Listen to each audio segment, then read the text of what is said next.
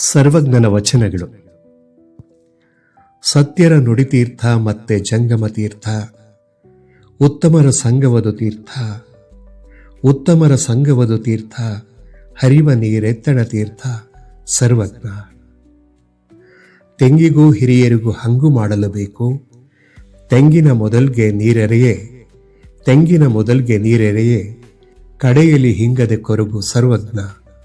ವೇದಶಾಸ್ತ್ರಾಗಮವ ಓದಿದೊಡೆ ಫಲವೇನು, ವೇದಿಸುವ ಚಿತ್ತ ಸಮರಂಗವಿಲ್ಲದೊಡೆ, ವೇದಿಸುವ ಚಿತ್ತ ಸಮರಂಗವಿಲ್ಲದಡೆ, ಬೂದಿಯ ಹೋಮ ಸರ್ವಜ್ಞ.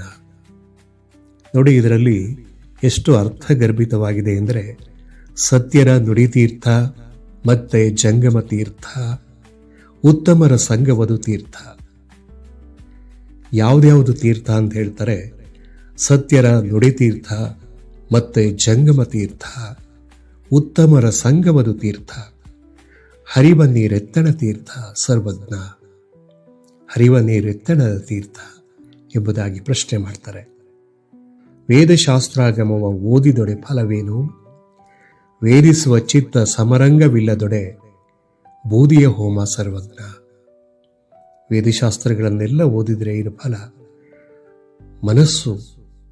ಮನಸ್ಸು ಎಂಬುದು ಸಮಸ್ಥಿತಿಯಲ್ಲಿ ಇಲ್ಲದಿದ್ದರೆ ಬೂದಿಯ ಹೋಮ ಸರ್ವಜ್ಞ ಎಂಬುದಾಗಿ ಸತ್ಯವನ್ನು ಸಾರಿದ್ದಾರೆ.